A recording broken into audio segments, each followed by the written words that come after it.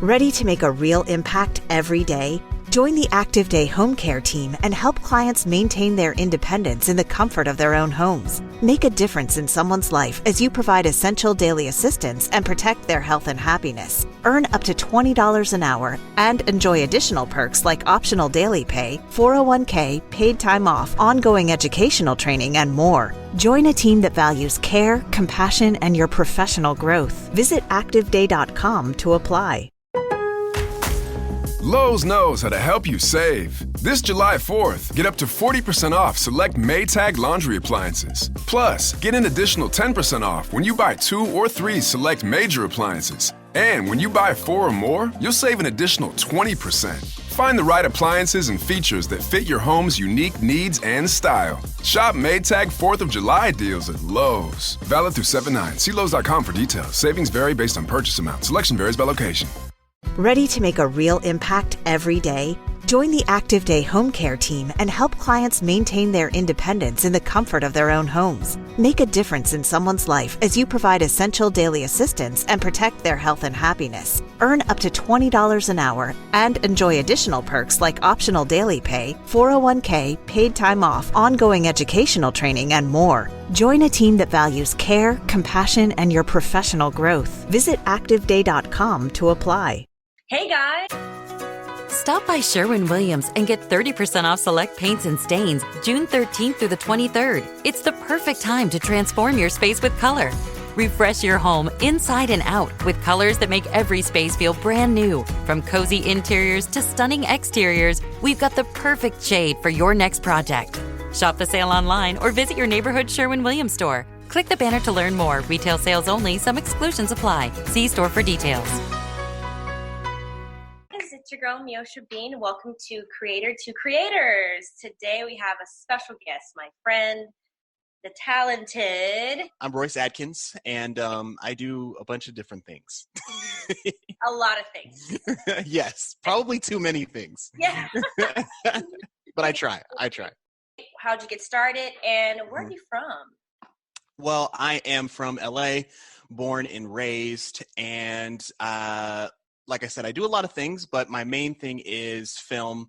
I grew up loving film. First movie I ever saw, could remember watching that wanted me to get into film and storytelling. It was actually Toy Story, oddly enough, just because that movie gives you the feels. All of them give you the feels, really. For sure. And yeah, so I kind of left that movie realizing I wanted to do something like that. So that's how I started my journey into film. And then with that, I started getting more into writing because directing is my main thing. But then I realized early on that if you haven't directed anything, no one wants you to direct their stuff. Because everybody who has a project, it's their baby. They want to make sure it's the best it can be. So that I understood that. So I realized, okay, if I'm going to prove myself as a director, I need material. If no one trusts me with their material, I have to create my own material. Right. So that's how I started getting into writing and screenwriting. I just started writing my own stuff, directing my own stuff, and that's how I was able to grow my portfolio. And then from there, I realized a lot of things that I like to write. I'm a huge sci-fi junkie, so everything I do is sci-fi. So literally, it goes against my code if I write anything that's not sci-fi. So with that, though, there's some of my ideas.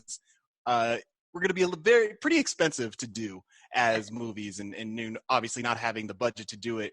I started looking at other ways, and that eventually led me to another passion of mine when I was younger was reading comic books. So, I love superheroes, all that stuff. Spider-Man's my favorite superhero. And sci-fi and comics and superhero comics, they just blend together. So, so then I realized, you know what? Instead of waiting however many years for someone to trust me to do these projects, I could do them myself now in comic book form because I was already so familiar with the format. So I was like, hey, let me just try this. And, that's kind of where Hollywood's getting all their material at the moment. If it's not novels, it's, comic books. So I figured I could grow my own IP, hopefully build a fan base, and have Hollywood come to me instead of me trying to chase them down. Love that. Yeah. Well, it's not working yet, but I'm hoping at some point it gets there. So you're doing amazing, phenomenal. Thank you. I see you. I see you. I still appreciate like that. comic books. I love them. I was like, when I go and like showed my friends, look, check this out. My friend did this. He's amazing. Go follow him. He's so Well, talented. thank you. So yeah, I really appreciate that. Yeah. So yeah, the comic book I'm actually working on, it's called Biopunks.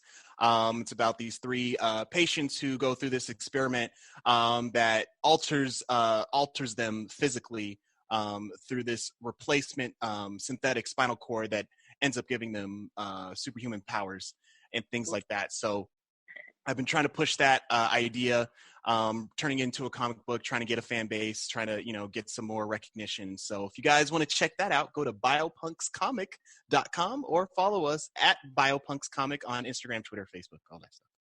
Love it. Yes. Self-plug. Got to do it. Hey, yeah. Do it. You're amazing. Thank you. So which brings me to my next question. Mm-hmm. What are you working on? It sounds like you have a lot going on already. Mm-hmm. But I'm curious, what are you working on these days due to quarantine? Yeah. So now, it's interesting because during this time, I felt like I would have more time to do stuff. But it's kind of been a little bit of the opposite because, I've still been working for some people because I also do kind of like my main job is freelance videography for companies, corporations, things like that, that actually pays the bills. So I've been doing some of that, but now recently some of that has started to die down.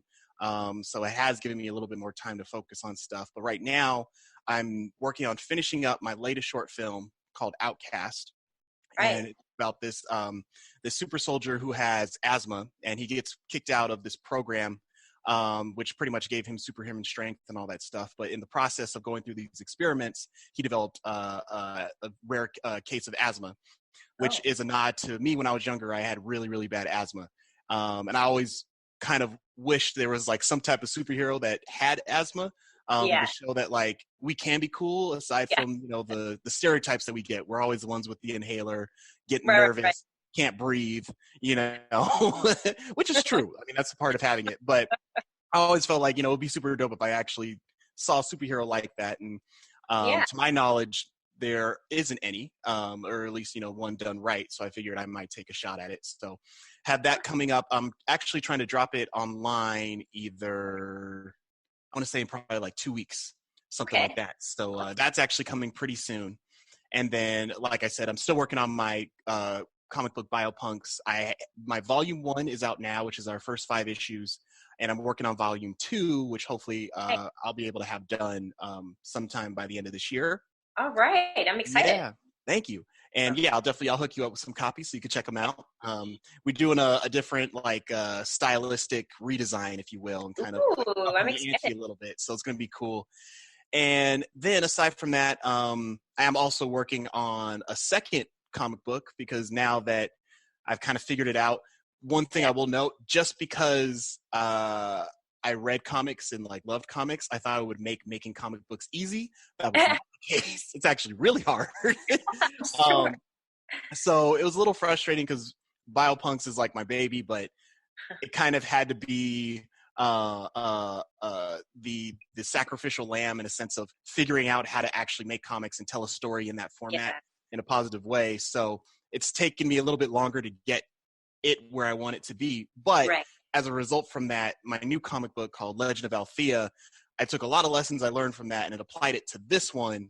Nice. And this one, I am really proud of my artist. I actually found her on Upwork. She's absolutely amazing. And we're hoping to have that done actually by the summer. All right. That's gonna be great. And it's about this girl who has vitiligo, but she has heart failure, and she gets this new artificial heart transplant, which ends up giving her the ability to heal people. Ooh. Yeah, but the caveat is, the more she heals others, the more pain it causes herself. So if she heals too much, she could ultimately kill herself. So, there's a limit to her power. So that one's been really, really exciting and it's been a lot easier to make now that I know how to somewhat do it right. I'm still learning every day, but I'm really excited to get that done. And obviously Biopunks. And then other than that, I'm still writing scripts, still working on some feature film ideas, because I definitely want to get into doing my first feature pretty soon. And one of those is this idea called The Girl with No Brain, which I believe you already saw. I actually did it as a short film a couple of years ago. And so now I'm trying to expand that into a feature. Awesome. Sounds great, man. I love that you have stuff to, keep you busy and during this time, because I mean, it's like this uncertainty that we're in. We're like, when are we going to get back outside to go play and absolutely and stuff? So I like that. So Thank you excited. so much. So the last question is, so a lot of filmmakers and creatives, we're like, obviously we're writing things, we're doing things to stay busy, as safely as we can. Right. But are you worried about what, like, coming out of this situation, this quarantine, getting back into normal life? Or you're just kind of like, I'm looking forward to it. Like, what's going to happen? Like this uncertainty of like, because we don't really know what that's going to look like, what's going to happen. I mean, our economy got hit pretty big. It's not doing so well right now. So it's like, uncertainty. How are you feeling like getting back out to when everything is like lifted? Yeah, it's actually interesting. I mean, I'm not in a big rush because I just had my first kid. I have a son. He's 3 months old now. So obviously I'm very, cautious of his health, and I want to make sure he's okay. Yeah. And for me, like I had asthma growing up. I still have it a little bit. I was a kid that was allergic to everything, kind of a weak immune system. So I'm one of those high risk people as well. So I'm not like too eager to get out so quick. I'm also an introvert, so this whole situation actually hasn't been a problem from that regard. I'm not a very social person anyway, so it's not like I have that itch where it's like I need to be around people. It's been a very like calming and centering period as far as that goes. Obviously, I know this is very serious and people are dying every single day, so it's definitely not a great scenario at all. But as far as getting out and the social aspect, that I'm willing to definitely take my time, because it's not going to be a magical door that opens and everything goes back to normal. Like it's going to take some time. I mean, this year's done. Like 2020 is done. It's kind of a wash. Things will slowly start to build up, but things really won't. I think things really won't get back to the way they were for maybe even like a couple of years. But 2021 is really when I think people will, the real beginning of returning to somewhat of a normal life, I think will really begin. This year, it's just, there are too many unknown variables. We still don't have a cure. And I feel like until we can definitively say like, all right, if you have it, this is what you need to take to get better, things like that, I don't think people are going to feel safe as a collective going back to the way things were. Yeah, that's really sad. But hey, like you said, we have to just, stay focused, stay creative, and stay positive, really. We got really, absolutely. And, obviously that's going to affect, it's affected Hollywood in a big way, and just film companies, indie film productions, things like that. It's tough because, if that's the business you're in, like us, obviously that's a huge hit.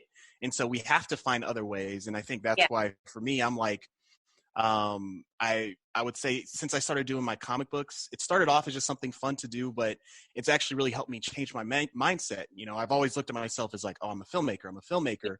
And now I've started to switch to where I am a filmmaker, but that's just a part of me now. My goal now is to actually just be an overall storyteller. So I can go into any medium, whether it be film, comic books, writing my own book, which I'm in the process of turning Biopunks into a book. I didn't mention that because I don't consider myself an author in any way, shape, or form. I've never read that much growing up anyway. It wasn't until I got older where I started reading more science fiction books. So I don't even put myself in that category, but I'm attempting it just to see, kind of like the skill level that I'm at and what I can do to improve. And it's actually been amazing because in doing that, you can expand so much in a book that you can in a script. Because script, it's always about show, don't tell. Where books it's about tell me everything. What are they thinking? What are they feeling? What are they smelling? Like all that stuff. So it's been very freeing in that regard. And, that's good. Yeah. Along the same lines as comic books too, you have a little bit more freedom as well. So that's been my goal knowing that it's going to take time for things to really balance out. Is that, okay, how can I put myself in a position where once this thing's done, I'm in a spot where you're comfortable and you're good. I'm comfortable and good. I'm not waiting for someone to tell me like, all right, cool, let's get back to work. I can still put out my own stuff in a sense.